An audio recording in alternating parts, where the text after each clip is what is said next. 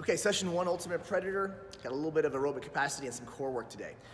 Something I want to talk about is the modalities, okay?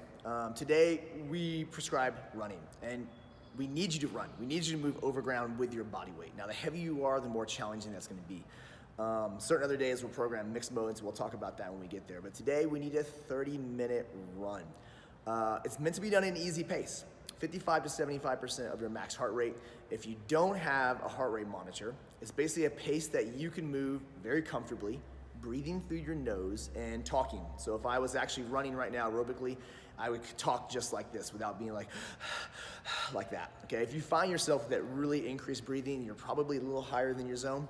For some of my older athletes, heavier athletes, this might be a fast walk, right? Especially if there's any kind of hills in your area. So if you have a heart rate monitor, which we strongly suggest having for this training block and any type of aerobic capacity training block, use it and stay within those guidelines, all right? It's really easy to slip and go like, hey, I want to go a little bit harder, and you'll be going too hard, and you'll be training anaerobically and primarily relying on that energy system and sugars to fuel your performance, which are very exhaustible and something you're not going to have in the mountains when you're hunting. We need you to stay in the specific intensity range that we prescribe.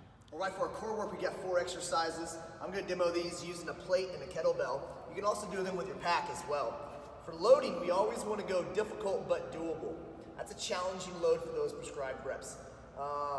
As you move forward with the program, if you find the loading's too light but you don't have access to a heavier piece of equipment, simply do more reps, all right? So instead of doing 10s, you can do 12s. The key is that if you see me progress the training week to week, you need to progress along with it. So don't just do 12s every single time. If it goes 10, 12, 14 for the programming, and you start off with 12s, you're gonna go 12, 14, 16. The key is we gotta continually add more stress to create that adaptation. So for the weighted sit-ups, plate, pack, whatever it may be, simply sit down, hold this plate overhead like so, give it a little nudge, and I sit up just like that. When I finish this movement, my head should come through my arms, and I should be sitting up, and it looks like an overhead press from the side. I'll sit back down, keeping the plate over my shoulders, give it a little nudge, and sit right back up. From there, single arm farmer carry. Like I said, kettlebell or just something heavy. We'll grab that, walk that for the prescribed distance on one side, and I'll switch hands and come back the other side. We also have the overhead plate carry. Once again, pack, plate, anything heavy object, throw it overhead. You're gonna pop that overhead like so, fully extend your arms, and you're gonna walk that for the prescribed distance, turn around, and walk back.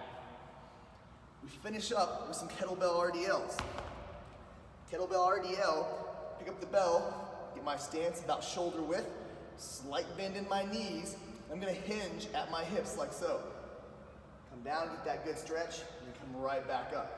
Notice that my head stays in alignment with my torso. I'm not squatting down and standing up. My knees are only slightly bent and they stay that way, and I just tip forward like a teapot. Tip, tip, tip. When my hamstrings get tight, I push my hips forward. Notice when I get down to the bottom, here, the end of the range of motion, I don't round my back and reach for the ground. It's not important if the kettlebell actually touches the ground.